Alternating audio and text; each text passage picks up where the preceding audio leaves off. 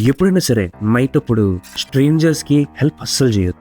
ఒక రాత్రి ఒక ఫుడ్ డెలివరీ బాయ్ తన పార్సల్ ని డెలివరీ చేసి ఇంటికి వెళ్తున్నాడు. గజియాబాద్ నోయిడా బ్రిడ్జ్ దగ్గర ఒక ఆవిడ ఒంటరిగా కనిపిస్తుంది. ఆమె లిఫ్ట్ అడుగుతుంది. ఆ అబ్బాయి ఏమో ఈ టైంలో ఎవరు లేరు, పాప హెల్ప్ చేద్దాం అని చెప్పి వెనకాల ఎక్కించుకొని వెళ్తూ ఉంటాడు. వెళ్తున్నప్పుడు పక్కన వెళ్తున్న ట్రక్స్ అండ్ బండ్ల నుండి అందరూ కూడా ఇతన్ని వింతగా చూస్తుంటారు. వాళ్ళందరూ ఏదో చెప్పడం ట్రై చేస్తుంటారు.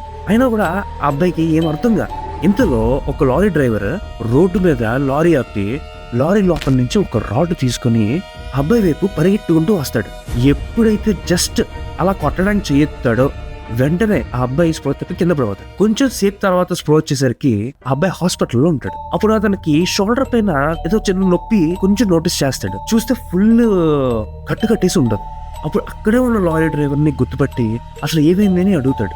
అప్పుడు లారీ డ్రైవర్ ఏం చెప్తాడంటే, నీ వెనకాల నైట్ ఒక ఆవిడ కూర్చుంది కదా, ఆమె లిటరల్లీ నీ షోల్డర్ ని తినేస్తుంది. అదే రోడ్డు మీద అందరూ నీకు చెప్పడానికి ట్రై చేశారు, కానీ నువ్వు ఆవిడ వశంలో ఉన్నావు, అందుకే నీకు ఏమీ అర్థం కాలేదు.